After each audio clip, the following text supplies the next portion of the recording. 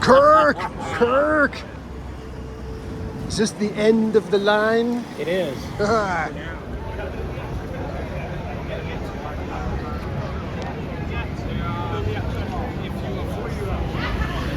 Imagine if we sit back down here. I'd love to see some of that, babe.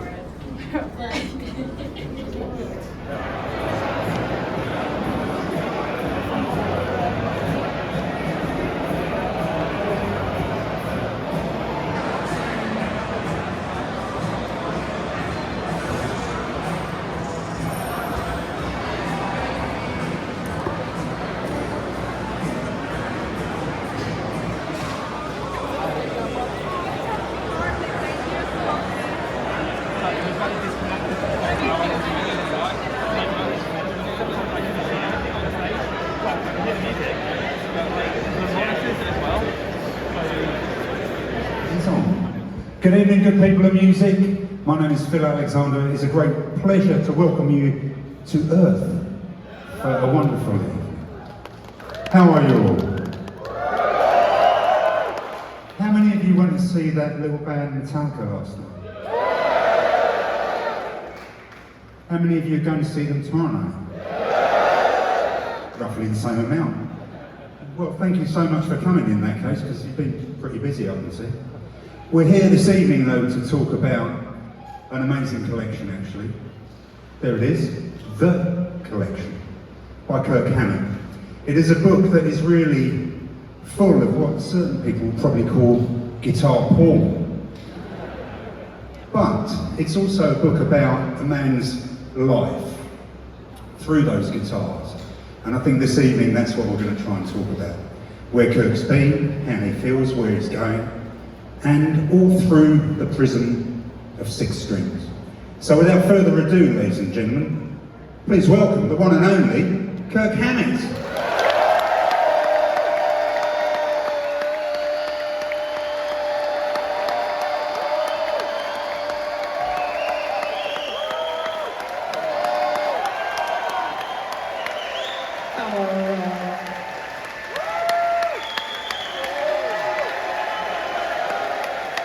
Good afternoon, good evening, everyone.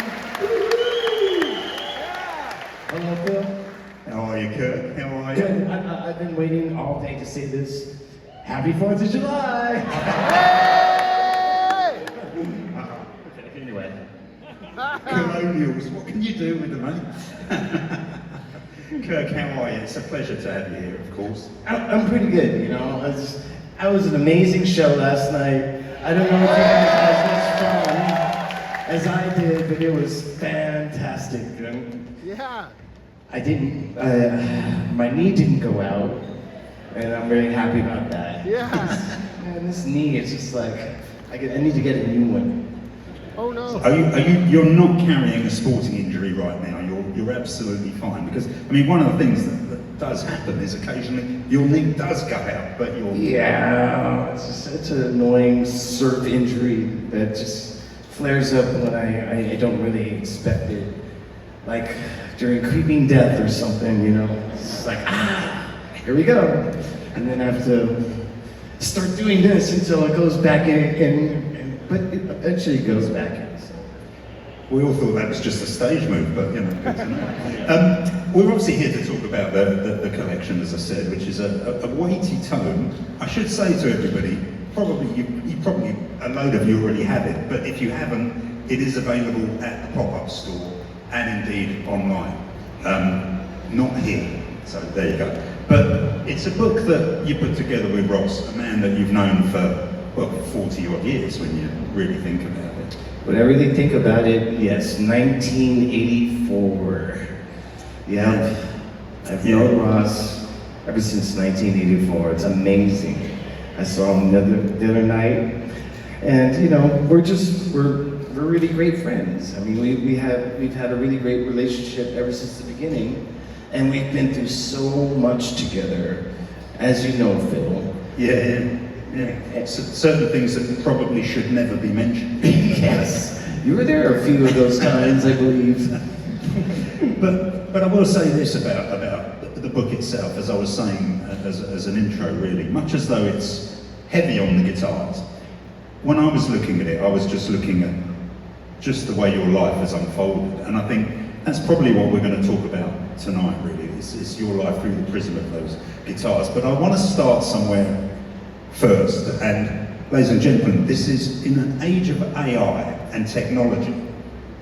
We are using what is known as a slideshow this evening, because fuck AI. There is no reason to go digital in any way. Let's move on. I'd like to start with this picture here, really. Yeah. Of you with Greenie outside Abbey Road. I don't want you to talk about Greenie, I don't want you to talk about Abbey Road. I want you to talk about being in London, because we were talking the other day, I think London is one of those cities that is so integral to the development of Metallica. Yeah, I mean, we have a history here of London that's a little bit unwritten. When we first came here at the end of 1983, or maybe early 1984, we did a European tour, and then we came to the UK, and we were supposed to do a tour with the Rods, and oh my God, what was the other band? Exciter, maybe? Yeah. Yeah,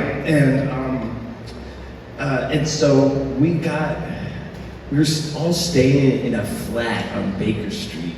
And I remember we stayed there for about a week.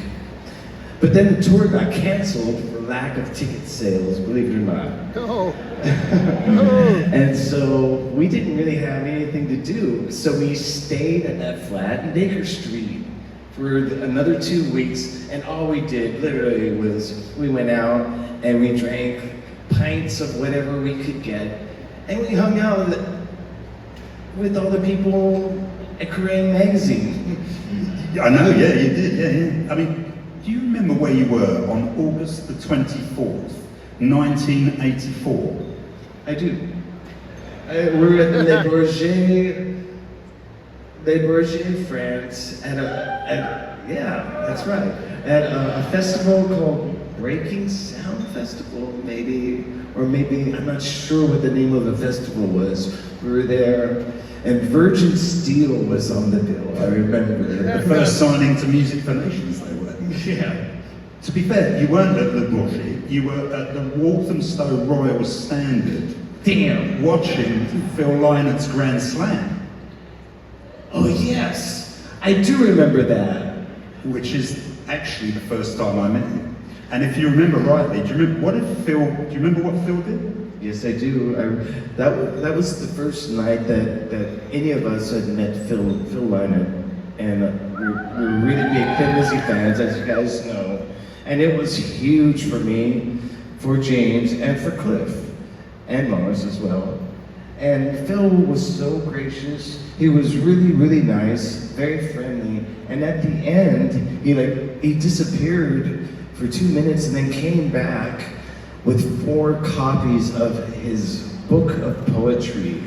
And it was signed, and he gave it to us. And we were so touched.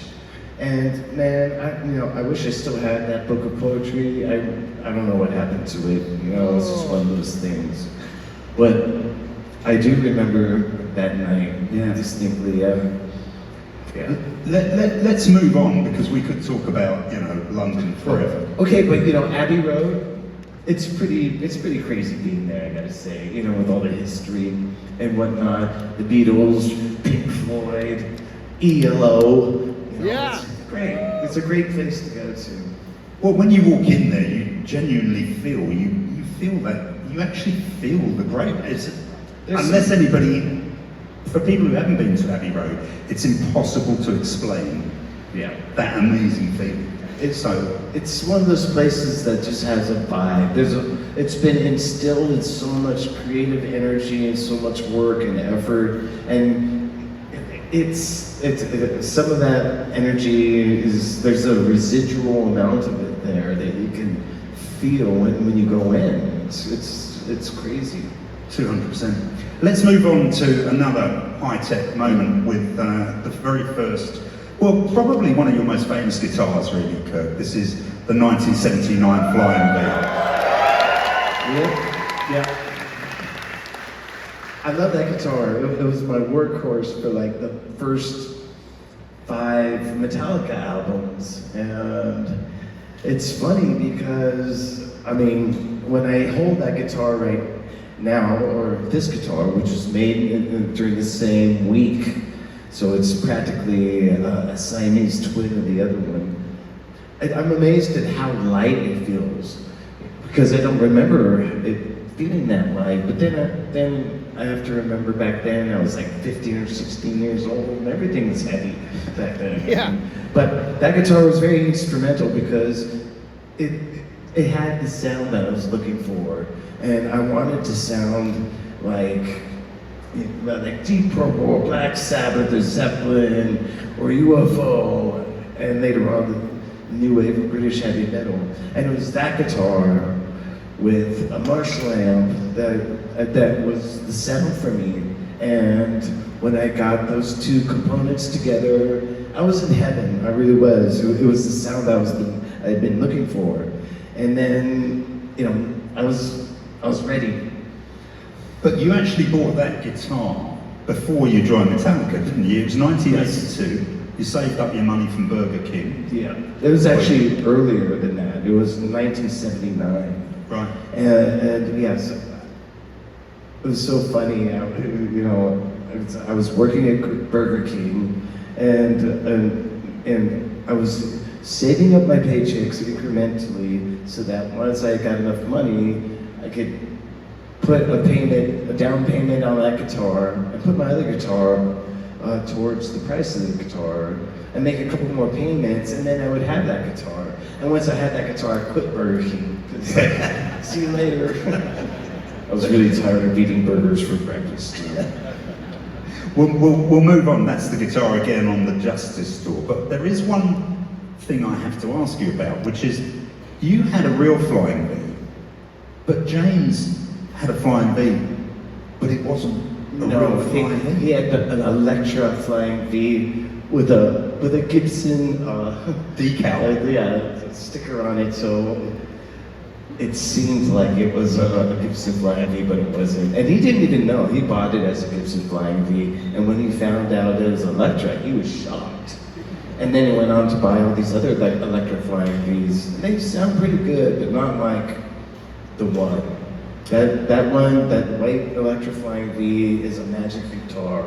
It's just one of those weird Japanese made Japan copies that just was weirdly great. I mean, he's still got it, I believe, but it's one of those strange things looking at you during that period as well, because that is the Justice tour. That's the time when you suddenly start getting into bigger stage sets as well. It's also emotionally quite a trying time because it's the first tour without Cliff. Yeah, bigger stage sets. Bigger places, longer playing sets with more songs, henceforth the need for more guitars and amps and whatnot. The need for more guitars. Yeah, there's always a need for more guitars. What a shit. Kidding, I'm just kidding. How many guitars have you actually got? Oh man. I just want to check how big the need is, that's all. Well, Christian from Gojira just gave me a guitar the other night and I played it on stage. So, Nice. Okay, what's the official number? I know someone over there knows. 492 or something like that? I don't know. It's like, but a lot of them are in hibernation. I mean, literally hibernation. 492 guitars. Like that, yeah. And it's just like, I'm gonna go through another purge. They'll be relieved to know we're not going to talk about every single one, but we are going to talk about this one. Oh yes. Look at that. Yes. Look at that. The Hamster Caster. I'm very excited to be talking about this guitar because you're the first one who's actually brought this guitar up. Well, it's because it's called Edna. Yeah. Right. Okay, so that was term that we used to use for just like meeting people on the road, you know, like you know, at bars, backstage, front stage, side stage. There was a lot of people, and you know, my road manager he was bad at names, so we just called them all Ednas. Edna, hey Edna, Edna, and the name stuck, and we started laughing every time he would call people Edna, and so one day I was just sitting there with this guitar, and I actually put this guitar together. It's a Frankenstein guitar. I got a Fernandez body, and I got a Fernandez neck, and I put it together, and I got some stickers, and put some stickers on it, and just wrote, you know, the Edna caster on it, and I got it like in 1984. Because when we recorded Kill 'Em All in 1983, there was a point where I needed a vibrato bar, but there wasn't a Fender type guitar or Strat type guitar anywhere in the entire building. You know, I had my Gibson Flying V, James had his Flying V, James had his bass, and that's all we had guitar-wise, literally. I mean, if I broke a string on those first few days, everything shut down for like 10 minutes. Well, I had to like change a string because that was the only guitar I had. But then I got this guitar, and it had a bar on it, a whammy bar, tremolo unit, whatever you want to call it, and I customized it basically to make it look like Richie Blackmore's Strat. Yeah. And you know, it's a really fun guitar. I should break it out again soon because it needs some attention. Because literally, I have not seen that guitar in at least 8 or 9 years. But it would be a really fun guitar to break out and play again for sure. Well, you obviously wanted it to look like a Blackmore guitar, but one of your other heroes was obviously Michael Schenker.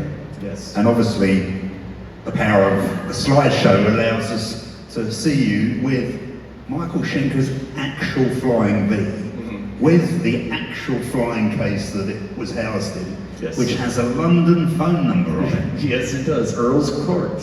That was where our manager, Peter Mensch, lived at the time. And Michael Schenker lived with Peter Mensch around that period, 1979, 1980, 1981, when Michael Schenker had just left UFO and started NSG. So he lived at Mensch's house, so it makes sense that he would put the phone number on the case in case anything happened to the guitar. So, flash forward about 5 or 6 years ago, I got a message from one of my favorite guitar players, Wolf Hoffman, from the band Accept. And if you guys don't know who Accept is, check them out because they're just a really great metal band. And anyway, he said, I have a guitar that I think you might be interested in. And I'm like, what could that be? And he said, Michael Schenker's Flying V. And I said, yes, Wolf, I am interested. and so I had him send me out pictures, and one of the pictures was of the case. And so I immediately sent that picture to Peter Mensch and said, Peter, is this your old phone number at Earl's Court? He goes, absolutely. And I thought, done. That's all I needed, you know. Well, at least the case is verified, but I know the guitar goes with the case. But that's a very important guitar because that's the guitar that Michael Schenker played on the first 3 UFO albums. And you know, I used to literally just sit there in my room and stare at that picture of him playing that guitar and think to myself, wow, I wish I had a cool red Flying V like that. Because that guitar used to be red. And he refinished it. But then, you know, crazy things happened and it worked its way towards me. And Gibson, about 6 or 8 months ago, did an MRI scan of it. They can do that. They can do MRI scan guitars and then produce perfect copies. And they did that with this guitar. And so I got a new version of it, signed by Michael Schenker, and it sounds great. you've got also, you appear to have Michael Schenker's old UFO amp. One of them, yeah. One of the old amps. And UFOs memorabilia or whatever stuff that's connected to UFOs is super rare. I don't know why. It's hard to come across anything about UFO, especially if you're living in the States back in the 70s. And I became a really big UFO collector of just like memorabilia, albums, posters. You know, they had a UFO puzzle. I had a UFO puzzle, and you know, UFO sunglasses. I had that too.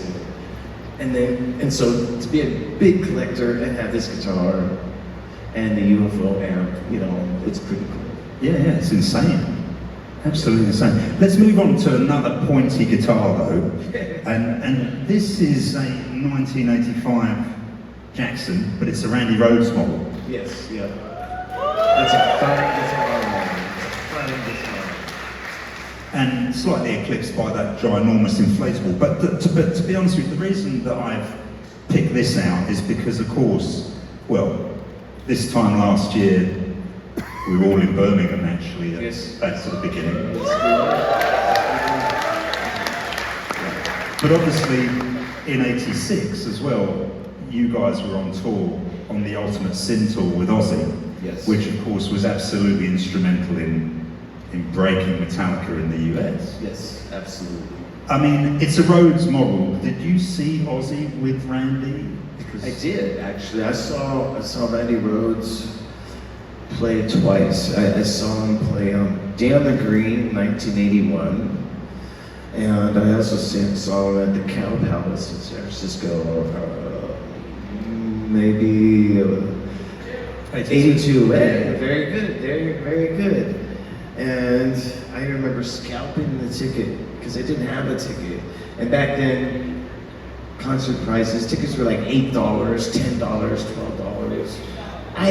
Or $18, yeah. I paid $35 for that ticket. And like, you know, I was on a Burger King budget. He's very accurate with his ticket pricing, isn't he? Oh, you have the ticket on your phone. There you go. And that is amazing. Sorry, there's a man with a ticket from 1982 on his phone there. Amazing. Isn't that amazing? And we were at the same show. There you go. Incredible. So I think we had that on our slideshow. So check this out. So I get in, and Ozzy, like literally had just got on. They're playing I Don't Know. I ran to the front, and I'm watching. They're incredible. Randy Rhoads is incredible. And at one point, they go into Revelation Mother Earth, you know, with that quiet intro. Yeah. And then swear to God, man, I screamed as loud as I can during that quiet part. I go, yeah, Randy! And he looked right at me and nodded, and I was just like, yeah, he looked at me! So that's my one connection with Randy Rhoads, you know, he looked at me. Of course, Randy Rhoads looked at me. I'll never forget that look. That's the title of the next book. But also we should say that tomorrow is actually the anniversary of Back to the Beginning. Today is actually Sharon and Ozzy's wedding anniversary. But in the mix of you playing tomorrow, can we expect any Sabbath-related? Oh man, why are you asking me that kind of stuff? You know, I was like, We're among friends. They won't tell anybody. Yeah. I would take that as a yes, but we'll move on for diplomatic reasons. Take it as a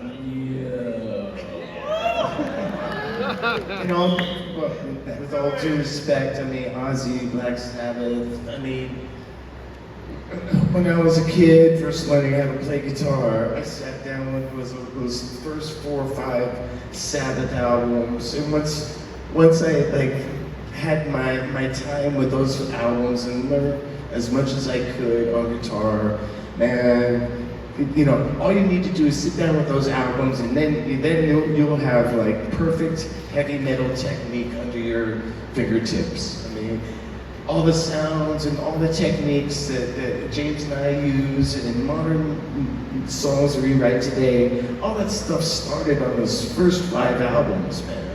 Everything, literally everything that James and I write and play, and we always acknowledge that too. And Tony Iommi, he is the true riff lord. Yeah. God bless him. God bless him.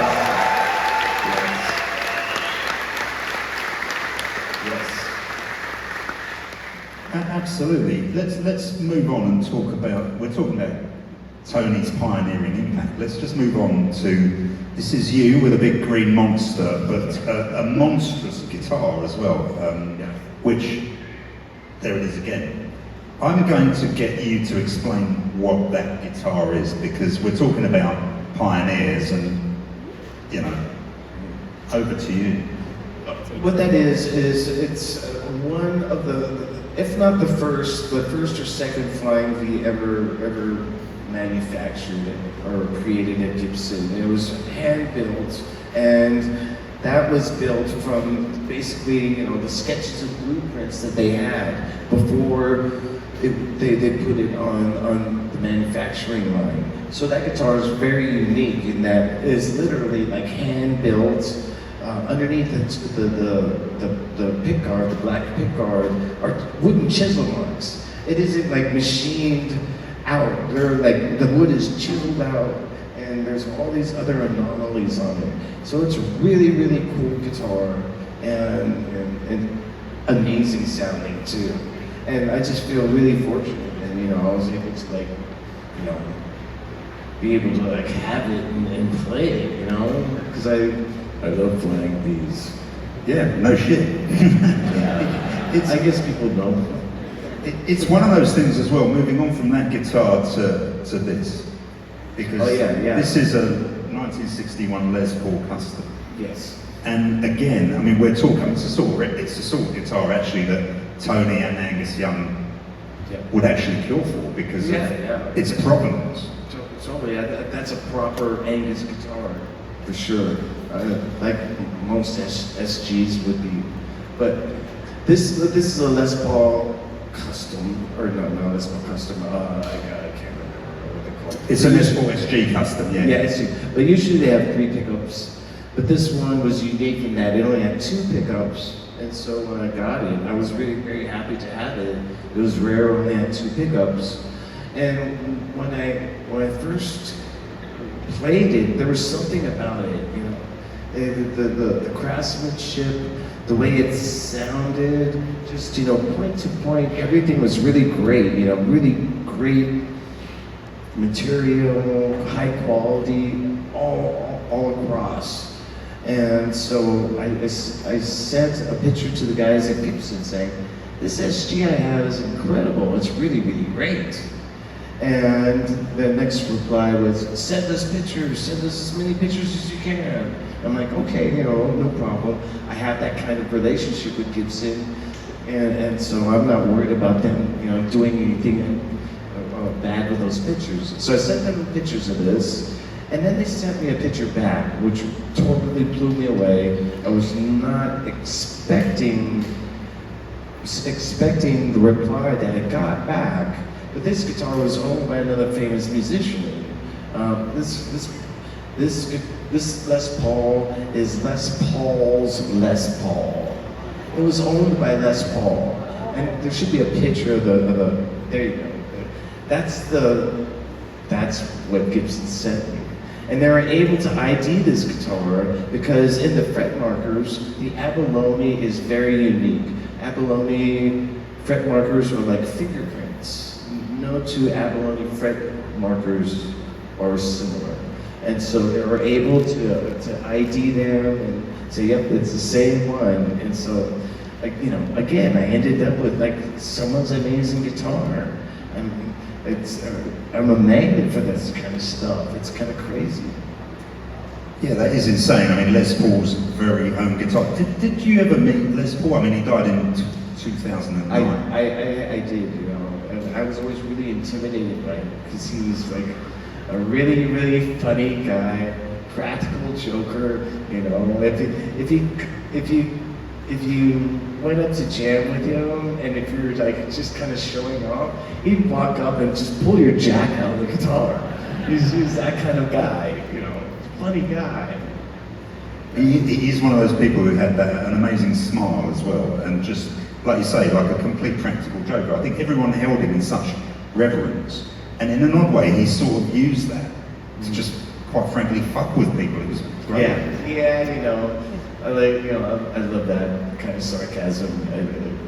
You know, I like that honorary kind of personality because it's good for guitar playing. You know, you don't want some guys just that kind of mellow because and all of a sudden they're just really mellow.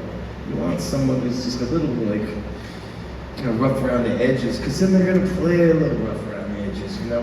And it's true. I mean, playing guitar can become a real window into the soul, the personality and soul of the player, for sure.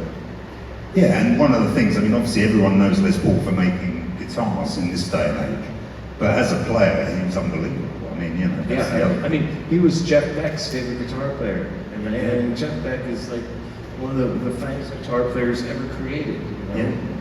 God bless him. Everybody should go and buy a copy of Les Paul now if you can find it. It's a rather magnificent album. Yeah. Now, on the subject of meeting your heroes, though, let's just move on to this. This is, of course, you and the great Peter Green. Yes. And, of course, Greenie as well. Yeah. I mean, I don't really know what to say other than, well, tell me about that moment. We were in his backyard. He was living in the south of London. Do you guys call it the Great South or something like that? No, Ross calls it the Deep South. Sorry. But no one else in London calls it the Deep South. But Only we Ross. were in the south of London, and yeah, I was very, very scared. I was literally like shaking in my boots because I've heard the stories about Peter Green and how unpredictable he is, and how he can just, you know, just do crazy things at the spur of the moment. So I was very intimidated about him maybe doing something or saying something toward me or whatever. You know, a lot of it was just my own imagination. But when I got there, I was very, very nervous. And when we walked into his living room, I looked down and I saw a copy of Master of Puppets on the table. So I knew I was okay. I was in a little bit. I had a little bit of an edge and so that is amazing though. That you've gone down to Peter Green's house and there's a copy of Master of Puppets on the table. You would not think, you know. I was amazed. I really was amazed. And so we sat down and we talked about fishing because he's into fishing. We talked about. I was actually going to bring him a fishing pole because I've been fishing ever since I was just a little kid. And I still kind of fish now and then, but we were talking about that kind of stuff. And then I said to Elena, you know, I have someone I want to show you. And I brought out Greenie and I said, hey Peter, here's your guitar. He goes, that's not my guitar. My guitar had a bunch of red in it. And I was like, okay. Yeah, I wasn't about to argue with him. I wasn't about to argue about, you know, the color with Peter Green. Yeah. I just kind of like put it back in the case and then moved on to talk about other things. And but I was really, one of the things that was kind of like my mission was I was going to try to persuade him to come to the Peter Green tribute that I was a part of. And yeah, the one that Mick Fleetwood put together. Yeah. The one Mick said, you know, if you're going to see Peter, please do whatever you can, you know, to try to get to this show. So I asked him, I said, Peter, do you want to come to the show? And he said, yes, if I can sit in the Queen's box. And like, I didn't understand what that meant, but Ross did. Ross is like, no one sits in the Queen's box. And so, you know, I don't know. But it was really unfortunate because he did not make it to the show, but we still played the show. And then literally, like, not a short time afterwards, he passed away. and you know, it was unexpected, really unexpected. No, of course. I mean, having said that, Greenie lives on as a guitar, and there's a beautiful shot of you contemplating the ocean, almost as if you were thinking about Peter and fishing. But, but it is a great shot, and it's one of those things where, you know, that's the sort of shot that you and Ross, I know you were very keen to work on, just unusual shots, like cinematic shots that were not just. There's a very touching section in the book actually where you and Ross are reminiscing about the early days and how you first met each other and all of that. And you mentioned something, you say things were so spontaneous in those days. Yes. Do you miss that spontaneity now? Yeah, you know, it's like, back then, I mean, a lot of spontaneity came from just drinking a lot of alcohol. And then Ross just like taking pictures while we're just being spontaneously drunk and acting like a bunch of monkeys. Literally. I mean, he was always there clicking away. But then, you know, a lot of times we would just be traveling and Ross would go, hey, let's jump out and take a picture right over there. And we would do it. I mean, you know, nowadays it's so hard to get the four of us in one room. Literally, I mean, it's weird because we just, you know, when we work, you know, a typical work day at a gig, we're doing meet and greets, we're doing interviews, we have to like, you know, get ready for the show, and you know, we have this schedule that literally did not exist, you know, when we were back in the day when we just like really spill into a gig and put on our guitars and play. You know, we just don't do that anymore. We have to. It's like there's just more responsibility now. Well, there is, because I mean, with all due respect, look at the size of that fucking gig yesterday. It's like quite big, and you know, it is a responsibility. You have a show to do. And the spontaneity involving, I mean, you've been clean for a long time now, but those spontaneous days, you can't play a show like that and be spontaneous. No, I mean, there are times in the show where it is pretty spontaneous, but I mean, you know, it's really just a big cliche. I mean, when you start out, you have the freedom to do literally anything, anytime. And then the bigger you get, the more responsibility you have, and then you start, you know, stepping up to all these, you know, a huge list of what you need to do to just like push the band forward, push the music forward, you know, be able to play in front of fans and play well. I mean, in the first 10 years, we were so just like, so dedicated to writing songs and going on tour and always looking forward. And we're still kind of that way now, though it's not so intense.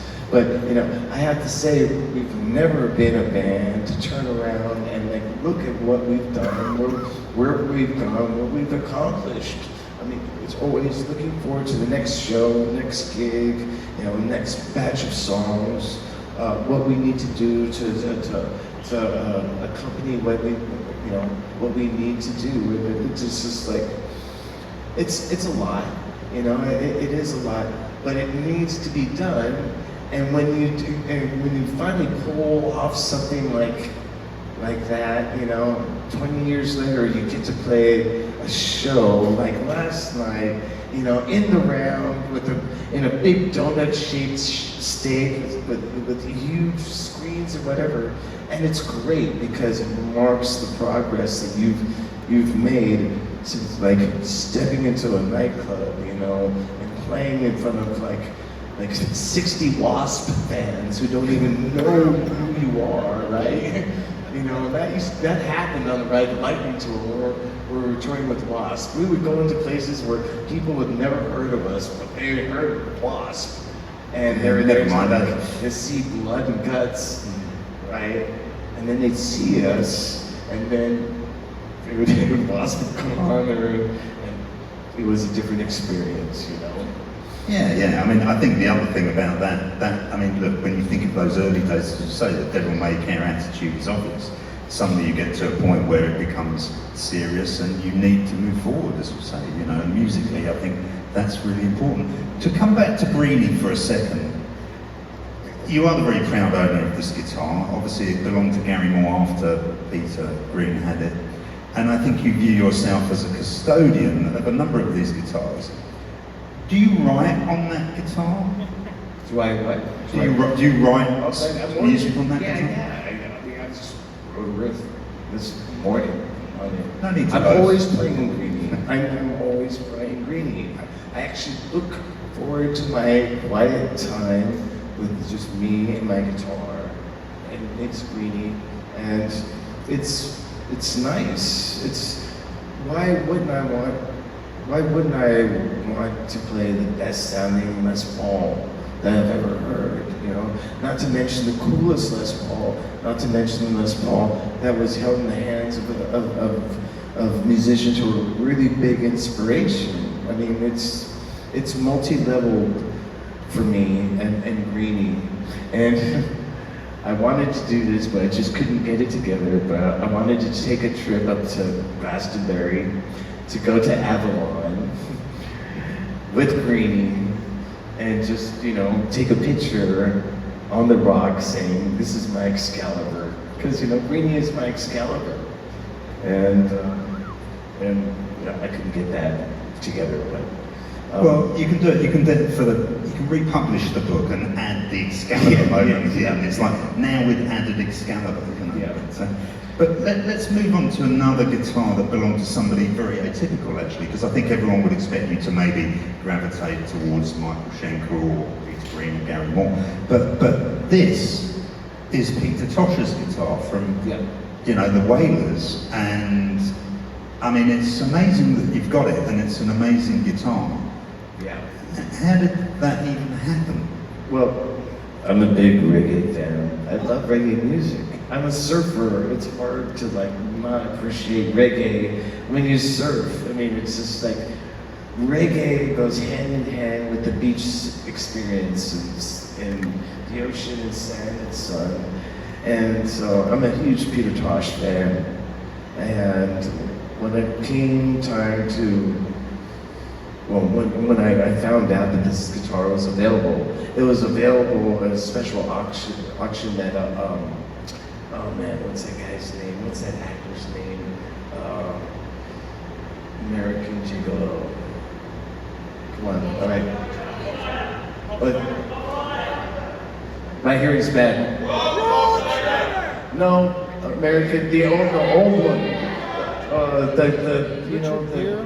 The super good-looking suave actor. Here! Well, Richard Gere. Gere. No, Richard Gere. Richard Gere. Yeah, thank you. Whoever said that.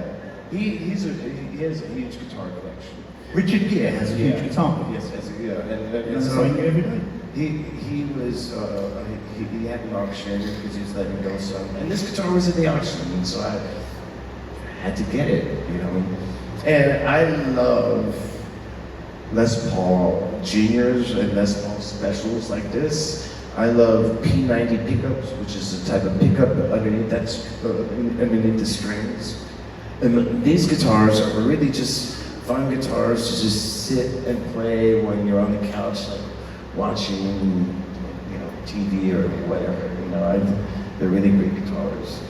And I love Peter Tosh. What can I say? There you go. Does when you play that guitar, do you try and play Peter Tosh's tunes? What does it affect you in any way, having a guitar that belongs to someone else, or is it just I'll just play whatever I do? Do you sit there and almost method act your way through playing the guitar as it once sounded to you as a fan? I'm going to quote one of your countrymen. Go on. Aleister Crowley. He had this concept called contagion. It's like when you hold something, or you put your energy into something. You know, if you're really really determined, that thing will absorb your energy. I believe guitars absorb energy. You know, guitars are contagion. like Green, you know, the vibe of Peter Green and Gary Moore is in that guitar, for sure. So I believe in that concept that Aleister Crowley believed in. And so yes, you know, I put on that guitar and guess what I did? I started playing reggae stuff, you know, and I can't help it. And there is something that comes through. If you're sensitive enough to it, it will come through. And if you don't think that something like that is possible, it won't happen. And it's as simple as that, you know. I believe in that kind of stuff. Because no one else believes in it, I tend to want to believe in that kind of stuff. Because I'm a little bit of a contrary in that way. A contrary hippie. Yep, exactly. Let's move on to, this is an ESP guitar with a Zorlac sticker on it. It's actually your first signature guitar. Yes. It's also got that Zorlac sticker on it, which is obviously, for those of you who don't know, Zorlac is an old skate company that was founded in Texas in the 70s. Yes. But also illustrated by Pushead, obviously. So it's a convergence of three different worlds right there. Skate, Pushead, and you. Yeah. But to go further, this guitar is a combination of a Gibson guitar and a Fender guitar. It's a Fender guitar in body shape, but the two pickup concept is like, you know, what I had on my Gibson Flying V, and I wanted that. I didn't want the three pickup strap type concept. I wanted two humbuckers. I made sure that there were humbuckers that were EMG humbuckers, which were active pickups, which means they're battery run. There's a battery in that guitar. Like there's a battery in that guitar, and they power the pickups. And so when I put that guitar, when I played that guitar through my Mesa Boogie amps, it sounds amazing, you know, because EMG pickups and Mesa Boogie amps that's the basis of the Metallica sound right there. That's where it all came from. Right. And this is really the kind of father to this. Yes. The Mummy. Absolutely. Yeah. The Mummy has fans of its own. I really love the Mummy. What can I say? It's a great guitar. The graphic is amazing. I designed this myself pre-Photoshop. I Xerox copies of the poster, cut it out with scissors, and laid it down on a template, and taped, you know, all the different things in place, and sent it to ESP, and I said, make this guitar. And that's what they came back with, and it was just like amazing. Right off the bat, it was just amazing. And not only that, it's my best sounding guitar too. And I love that it's my best sounding guitar, because it's also, in my opinion, the best looking guitar I have. And you know, the Mummy is special. And there were, you know, you haven't seen the last of the Mummy guitars. Oh yeah. Right. Yeah. I mean, let's just go off guitars for a second and go to the Mummy itself, because obviously everyone here knows you're a big kind of horror and comic book fan.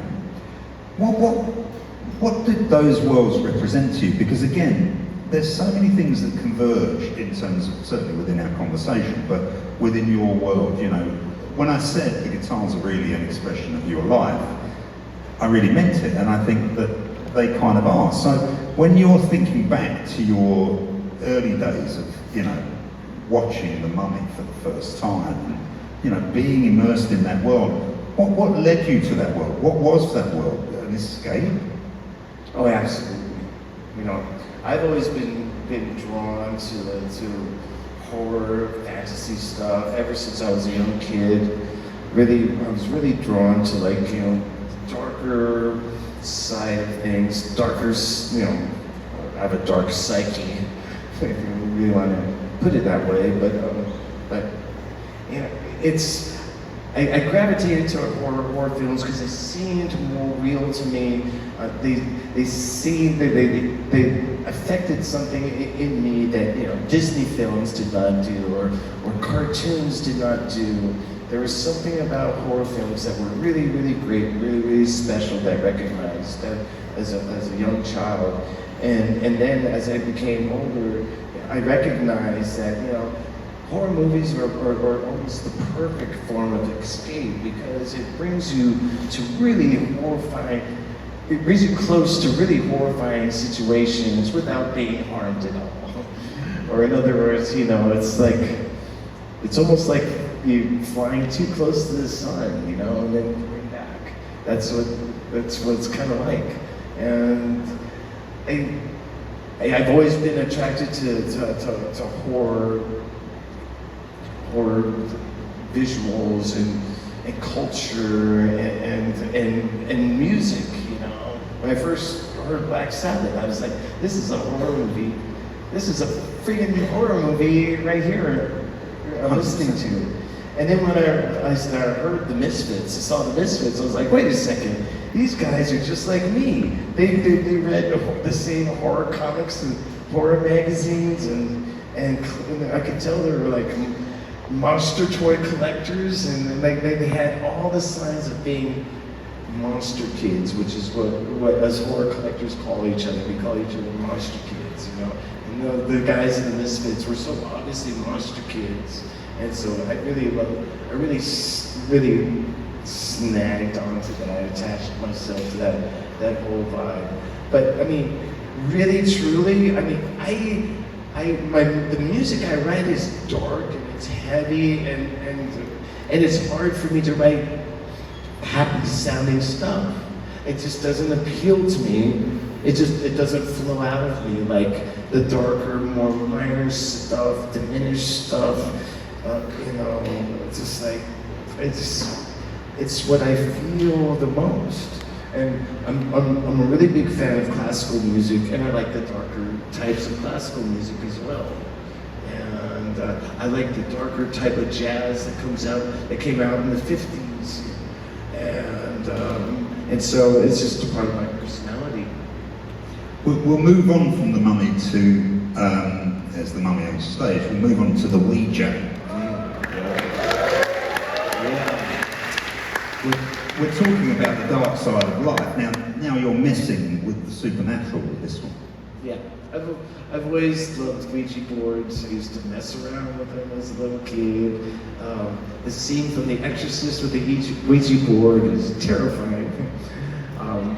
And so the graphics always appealed to me. I mean, when I used to stare at Ouija boards as a kid, I would just stare at the graphics and think, what a cool combination of things that all fit together to create this vibe. And so I totally just took it and put it on a guitar.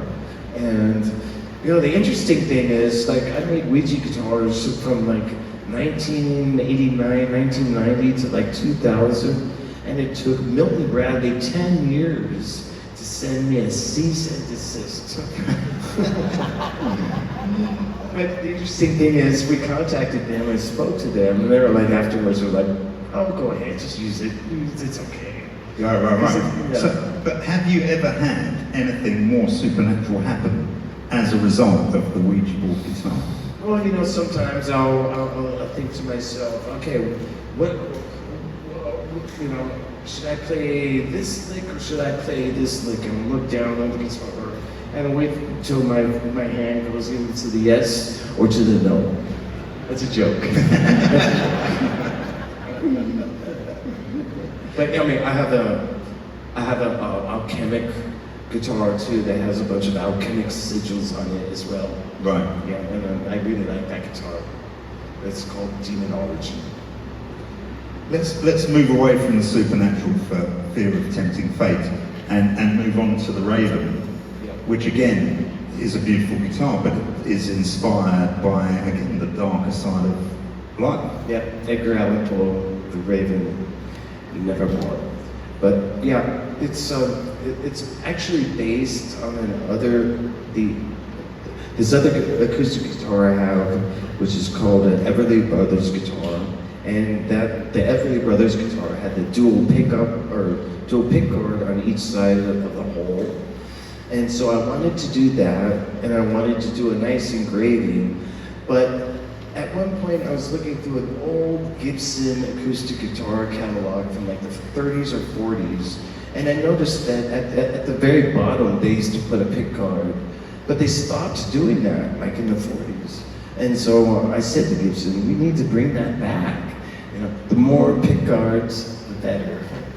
But this is a really beautiful guitar. It's the very first acoustic model that I've ever put out that I've like fully been my design, and I love it. It's so beautiful, and I'm really trying to find a way to make that guitar more available, because it was a limited edition, and it went like that because it's just so beautiful. But I want other people to have an opportunity to own something like that. So that's going to be like one of my next projects, is to make the Raven more available for people. I mean, the one thing I will say is that obviously acoustics are interesting. Do you, when you started writing songs, did you start writing on acoustics or did you write immediately on electric? Because it doesn't matter. Guitar is guitar to me, you know.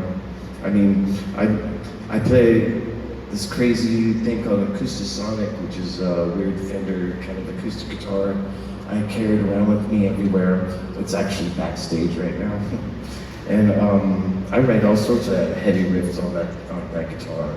And you know, I've written like quiet, pretty stuff on my electric. A lot of the stuff I did for my EP, the quiet parts, a lot of that stuff was written on electric guitar in hotel rooms. The Portals EPs, yes. Yeah. We'll come on to that in a minute, because actually, in fact, we might as well come on to that now, because look at this pair. Yes. I mean, what the fuck are they? They're wacky guitars. Well, in fact, what the fuck is this? That's called the Birdfish, and it was made by this guy named Teufel in Germany, and he's mad, and I love it. He gets a block of aluminum and then machines all the aluminum parts himself. He makes the screws, he makes the neck, he makes the pickups, he makes everything, and then puts it together in these wild designs. And this is called the Birdfish.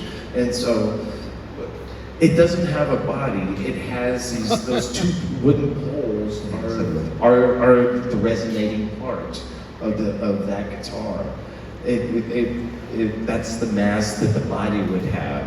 And it comes with all sorts of different types of wood. So you can switch it out for maple or pine and get different sounds. And the pickups move. And it's just a really cool, fun, really kind of like abstract guitar. And when I play it, good things come out of it. Well, I mean, am I right in thinking that you used... I used the other one. The Tesla guitar is the other one. Which I mean, I can go back and we can just say that there's one that has a body. It looks still a bit odd. And that's the Tesla, again, a Teufel guitar. And I used that for for when I was recording a couple tracks on the EP. I used that for the down-tuned stuff. And it's that guitar is unusual in that it has a Kahler system. I usually use Floyd Rose whammy bar systems. That's a Kahler, which is a lot different from what I'm used to. But it was cool because it gave me a few options that I don't normally have on a guitar. But those guitars are just so fun and so weird. They're weird. On a Metallica tip, did you use the Birdfish or the Tesla on Death Magnet? As a matter of fact, I did use the Birdfish on Judas Kiss. There you go. That's a song that Rob and I have been wanting to put in the set forever, but guess who doesn't want to play it? Well, I mean, it can only be one of two people. Oh, so. I mean, it's interesting though that you mentioned, Portals in itself, because obviously that's a very different thing for you in a number of ways. Let me just talk to you about the creative process for a couple of minutes before we get on to a couple of other things. I mean, do you, when you're writing, do you think or do you feel? It's all feel. If I put my mind into it, or if I think too much about something, all of a sudden it's like a math equation. I just literally, I sit there and I clear my head, and I just wait for something to show up on my guitar. And literally, all the best stuff happens in the moment, almost complete. And you know, I'm not the only one that this happens to. This happens to most musicians, you know. It happens when the four of us are in the room and we're working on a song. All of a sudden, boom, a part comes, you know, I have it, then boom, James has a part, then boom, all of a sudden, like, Lars is going, do this, then boom, Bob's like, okay, I can do this, and then all of a sudden, in a couple of hours, we have a full song. And it's just really important to have a clear head and be open to anything that might come along.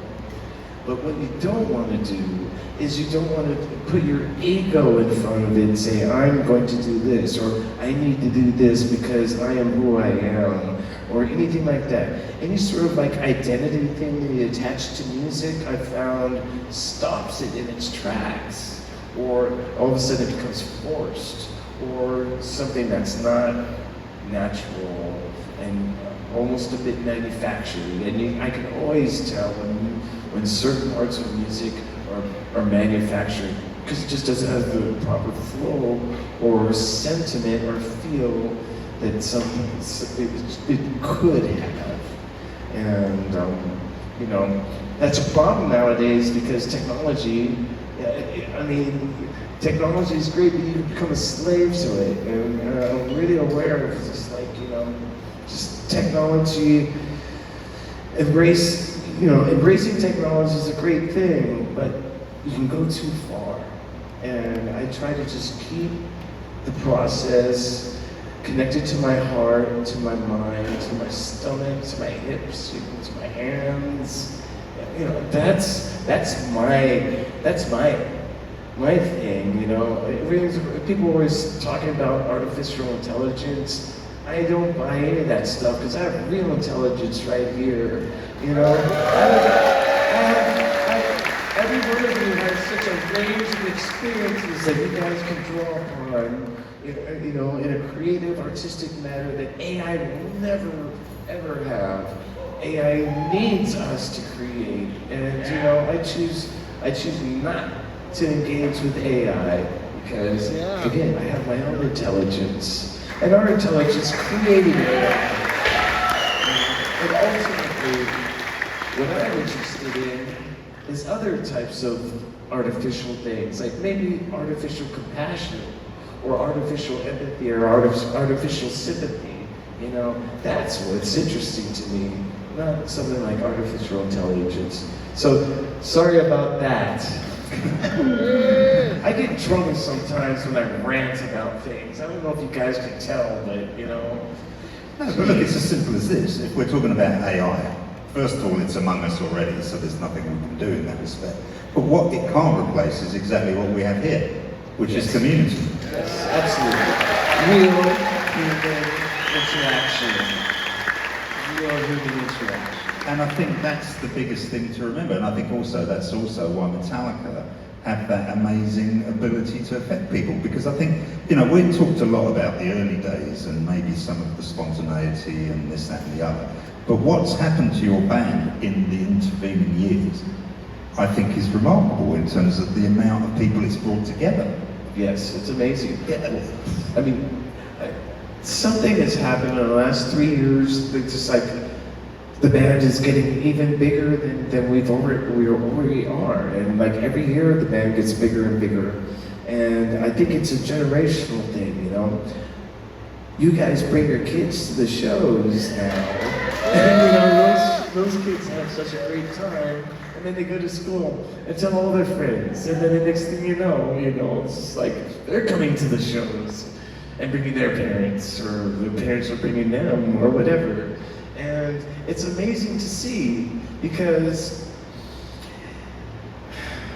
it just tells me that our music is relatable on a lot of different levels, and it still is relatable on a lot of different levels.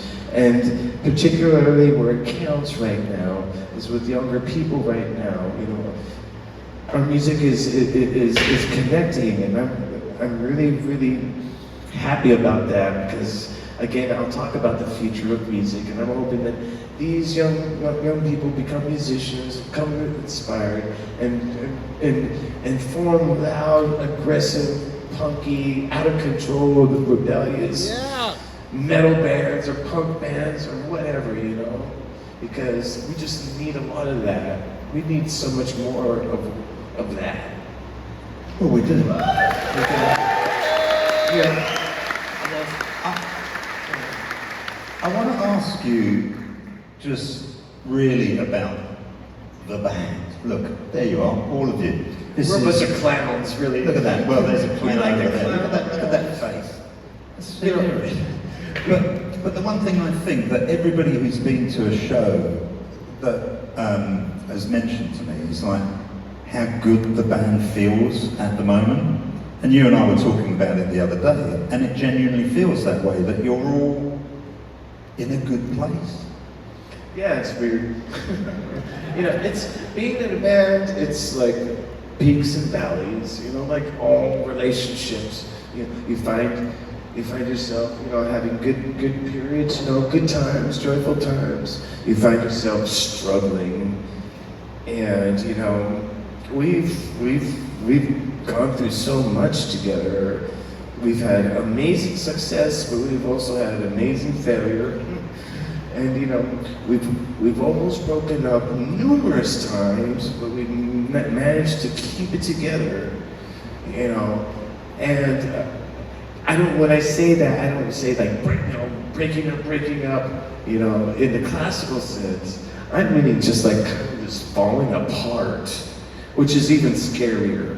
You know, than like fuck you, no fuck you, I'm out of here. No, there was never any of that. It was literally the band falling apart, you know, but somehow we were able to like get it together and come back together and become a unit again and do what we do best. And I know, you know, every one of us recognizes what this band means to us, and we're super stubborn. We're not gonna let go of that. We're just gonna keep on going till we can't, or at least I'm gonna keep on going till I can. But the music means so much to us, you know? And we care so much about the music. We invest so much time into just putting on a great show for you guys, you know? And they're big freaking shows, and it takes a lot to go out in front of 70,000 people and then screw up a guitar solo like I do. But hey, I'm only human, you know? Yeah. If only they had the AI Kirk in the band. You know, fuck it. You know, we all make mistakes, you know? Just some of us making mistakes in front of tens of thousands of people. They all have their phones out, you know? But at the end of the day, we care so much about the music. We care about our fans, our audiences. We care about, you know, writing songs and being creative and playing shows, and we still want to do that to the best of our ability, because that's what we've always done. We've always just done it we've always put as much as we possibly can to the point of exhaustion, and we still do it, you know. Well, yeah, you are, and obviously the challenges keep on coming. You know, the Sphere is next. Yes, we're gonna blow that place up, man. We were gonna first electrify that, and by the end, it's literally you're gonna see a mushroom cloud where it's serious. I mean, obviously, there's one other thing you also mentioned before, though, about how you write music all the time. And I know that you've been writing a bit of music kind of late with the other guy in that photo there who's kind of gurning. You mean Rob Trujillo? I do mean Rob Trujillo. Well, you know, Rob and I, we're great foils. I mean, we're great music partners.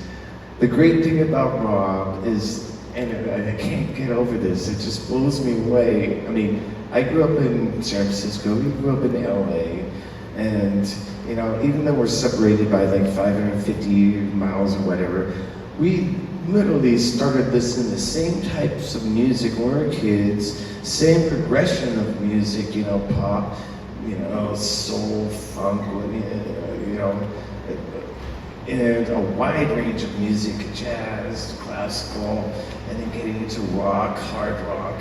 I mean, we literally have the same influences. I grew up listening to the same stuff, playing the same tunes and cover bands, you know, listening to the same stuff our parents listened to, or, you know, people around us listened to. Same sort of cultural influences, you know. And I mean, it's funny because it's like, you know, he's Mexican, and I grew up in a Mexican neighborhood in San Francisco. It was Mexican and Asian, and I love telling people this because it was so true. Don't take this wrong, people, but the only white guy I knew when I was a kid was my dad. And but you know, when we get together and play, we instantly connect. We have that telepathy thing. You know, I'll play something, thinking it's nothing, you go, what's that? And the next thing you know, we're working on something and it becomes something like really, really great. Or, you know, he'll play something, I'm like, ooh, that's good. You know, show me that, and I'll turn it into something. And it's really just kind of natural between him and I. I mean, literally, like, every time we get together, we're coming up and jamming with crazy stuff. On the way to the gig yesterday, we rode together in a van, and we were just jamming, and I figured out how to play 2 chords at once on top of each other, which is a crazy sound. I said, hey, bro, check this out. He goes, ooh, and start playing this thing, moving around, and we wrote this crazy sounding, totally dissonant sounding thing.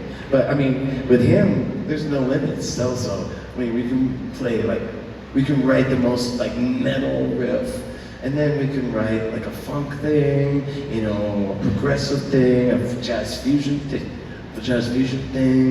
or like, you know, do a like weird, like, I don't know, Motown kind of thing.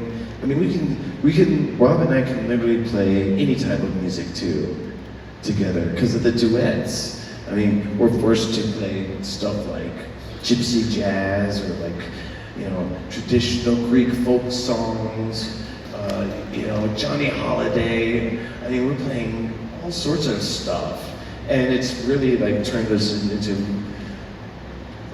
better musicians who are just able to play just about anything now. You put the charts in front of us, and like in 2 or 3 hours, we have it. And chances are we have it, and we're changing things around to make it better for us. You know? And so he's just like he's a great musician. What can I say?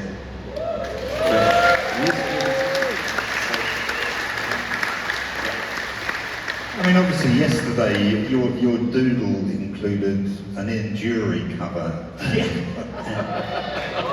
Sex and Drugs and Rock and Roll, for those of you who weren't there. And then, of course, a Clash cover, The Guns of Brixton. Yes. They're not the most obvious covers for you guys. Yeah, you know, sometimes we play these songs because we want to do a true sort of tribute to the vocal talent. And you know, we thought, well, yeah, it's an obvious thing to go out there and do a Judas Priest song, or like an Iron Maiden song or something, you know, Tigers of Pantang or something, than Lizzie. But we wanted to do something a little different. And so we did that stuff. And Sex and Drugs and Rock and Roll is a fun song to play. Yeah. I don't know if you guys are familiar with that song. But when we played it, it didn't seem like a lot of the audience knew what it was. And that's okay. That's okay, because they do now. Yeah. Yeah. And that's the important thing. I think your drummer might have been bewildered by that song as well. But Yeah, I'm sure it was. anyway, there we go.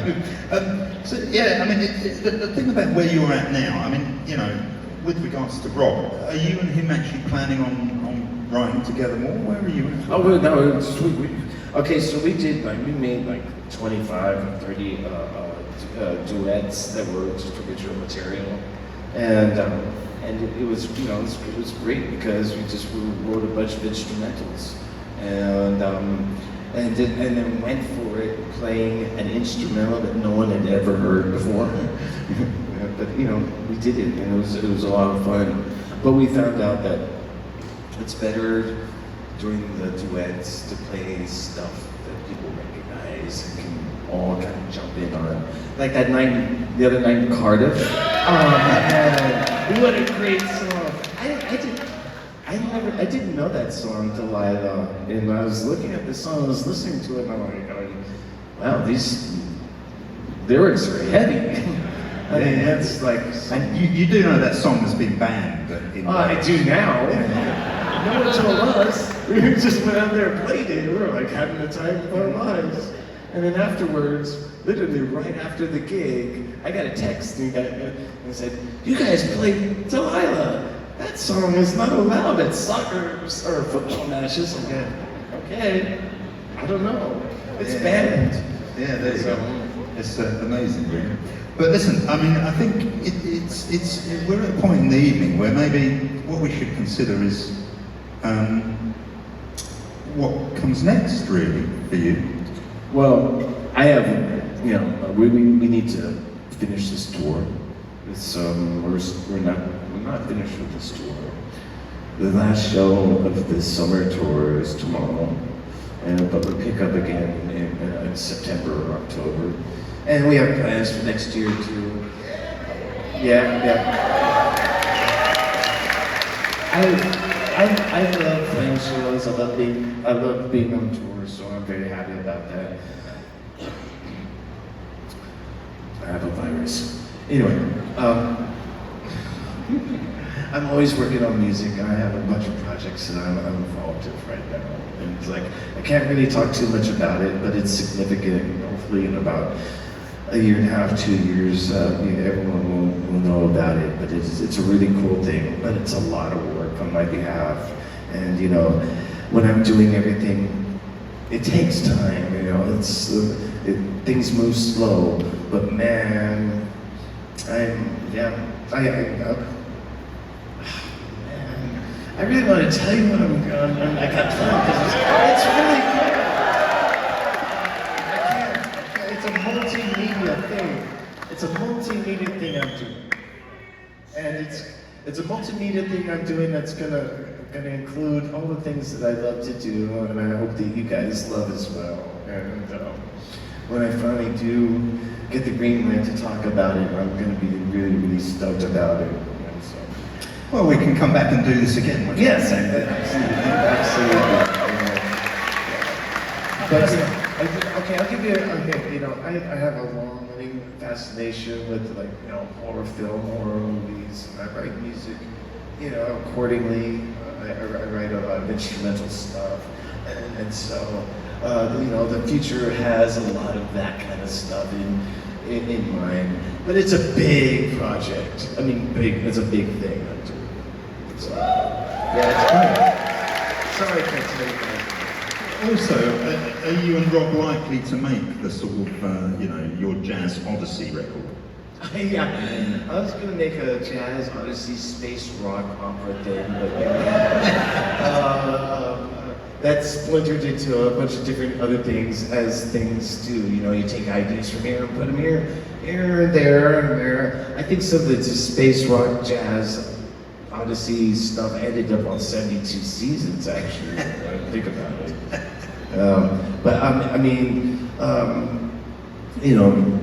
I think one thing that's going to happen is, with these duets that Rob and I are going to do, I think we're going to do something with those two. And so, pardon me, people want. Yeah, it is quite hot up here. I'm sure it's cold out there where the aircon is. This is all right. You should have got a cushion when you came in, shouldn't you? Yeah, this is the proper way to do it. Right? Anyway, yeah, but I think we're going to do something with Rob. I'm going to do something with Rob with the duets, and that might happen sooner or later. Have you heard our new hit single, "Devil's Lettuce"? Not the salad crunching. Is it that time? Is it that time? I think it I might be don't that know. time. You tell me. It might be that time. Is it time for me to call Rob? Okay, let's see.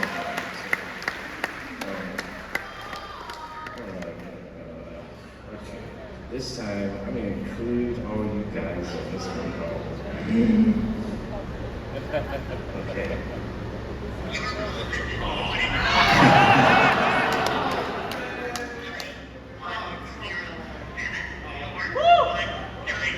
Okay, I'm gonna try that again.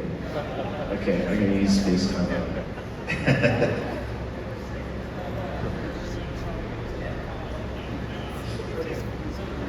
Hey, bro. Yeah, I couldn't get you. I got a recording. Are you here? You're not at the taco shop. There's one down the street. I know. You're not there. You're here. Can you come? Can you come and hang out there? Say hello, maybe jam or something? Yeah, right? Yeah, all right, ladies and gentlemen. Mr. Roberto Chihiro.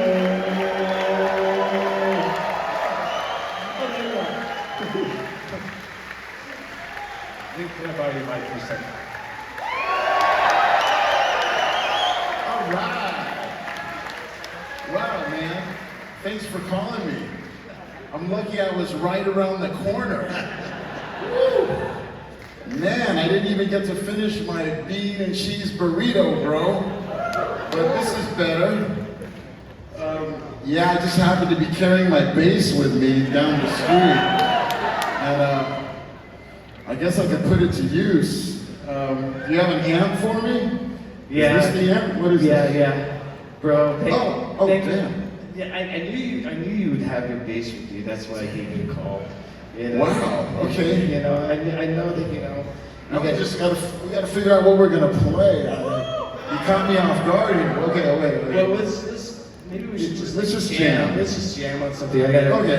Okay, why don't you tell some jokes when I do a sound check real quick, okay? Okay. What did the flying guitar say to the right hand of the long-haired guy? And what the hell is that coming out of your belly? Oh, it's a guitar.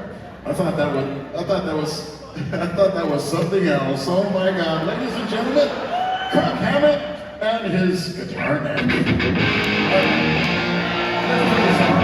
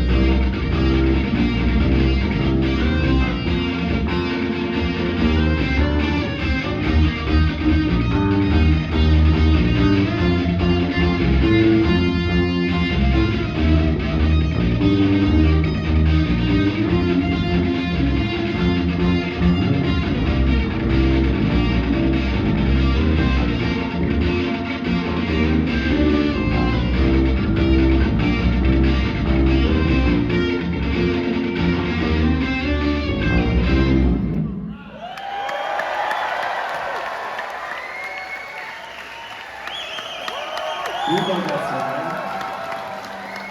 We can't stop jamming on that song. Okay, we're gonna play our hit single now. Okay. It's called Devil's Letters. Hey, can I get everyone of you guys come to the stage right now, closer?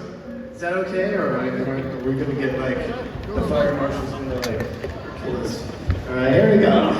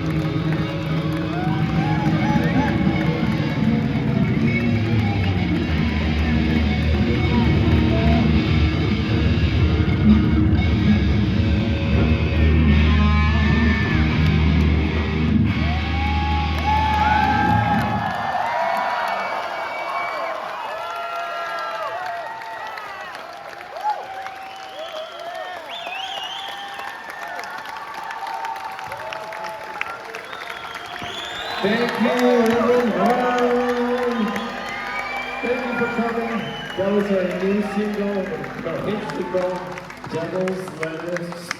And I hope to see every one of you guys tomorrow. Yeah.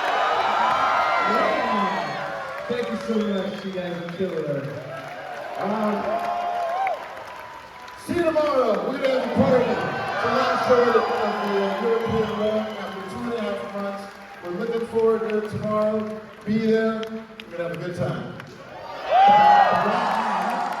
Right now, we need you to stay where you are. It's picture time. Okay. Is everyone going to be okay. You're right. Oh, hey. I lost you. All right, Phil. We need to find Get down, your best like rock star fucking pose. Okay. All right, everyone.